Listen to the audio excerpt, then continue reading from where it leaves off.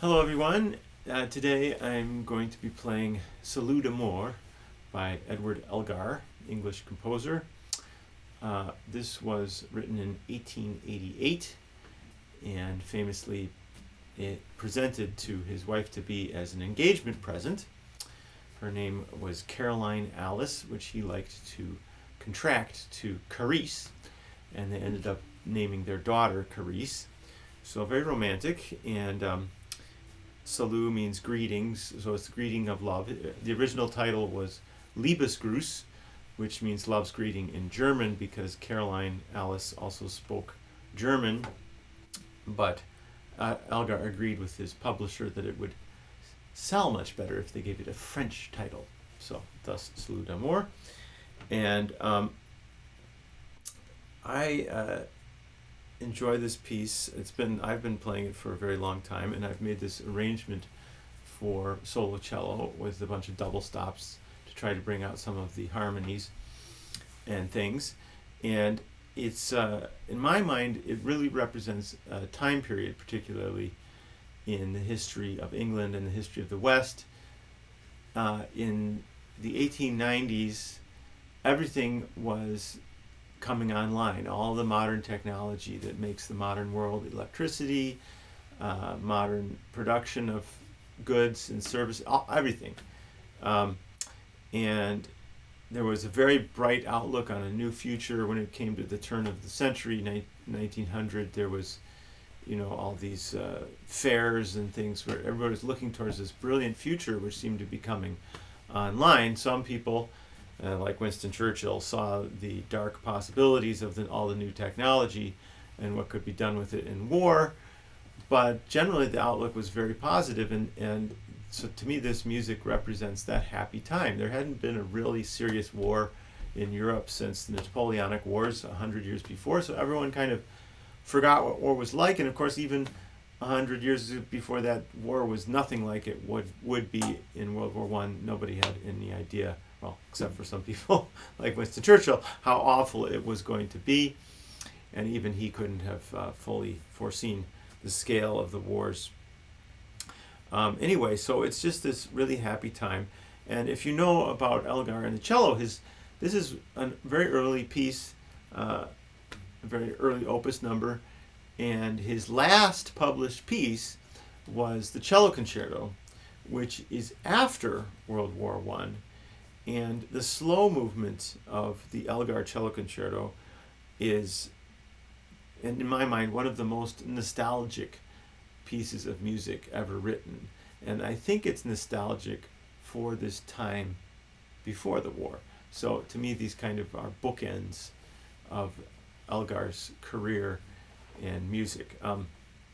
One thing I noticed, Pinchas Zuckerman, there's a video online of him talking about the Elgar Violin Concerto and talking about these little tenutos that you see in the music, which is a line over the note. And generally, it's understood to mean play this note full length. Do not shorten it. So it's the opposite of a dot over the note, which means that you play the note basically half the length. So in this melody, this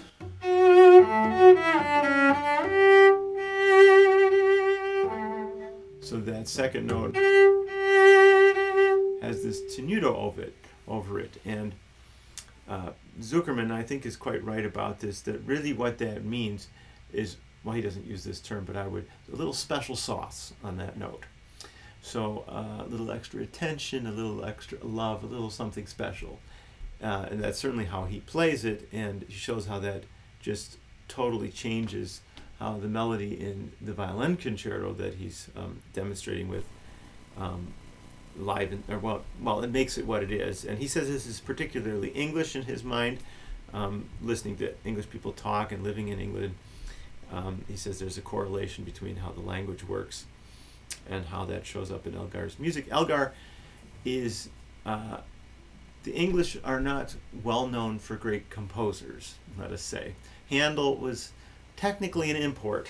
He was really a German, and his expertise was Italian opera he did a very good job of transporting that into what became the oratorio, which was an invention to mollify the very conservative English crowds who didn't really approve of opera, but and certainly not opera in a church.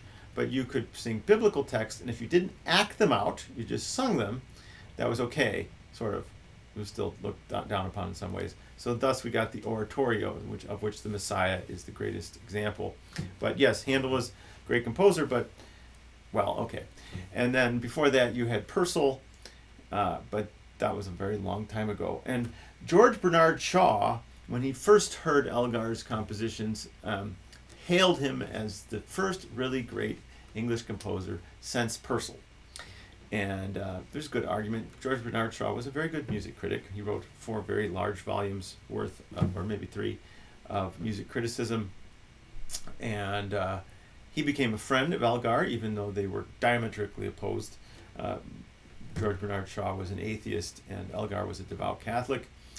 But they became friends nonetheless, and George Bernard Shaw was an extreme supporter of Elgar and his music. He tried to get him to write a 3rd symphony. I think it was the 3rd, but unfortunately Elgar got sick and died before he could finish that. Anyway, so that's a little bit of history of how Elgar is and how the English source of this and what it means. I think I'll let the piece speak for itself in its poetry and its meaning in terms of the story it tells. So here is Edward Elgar's Salut d'Amour from 1888. My solo cello arrangement.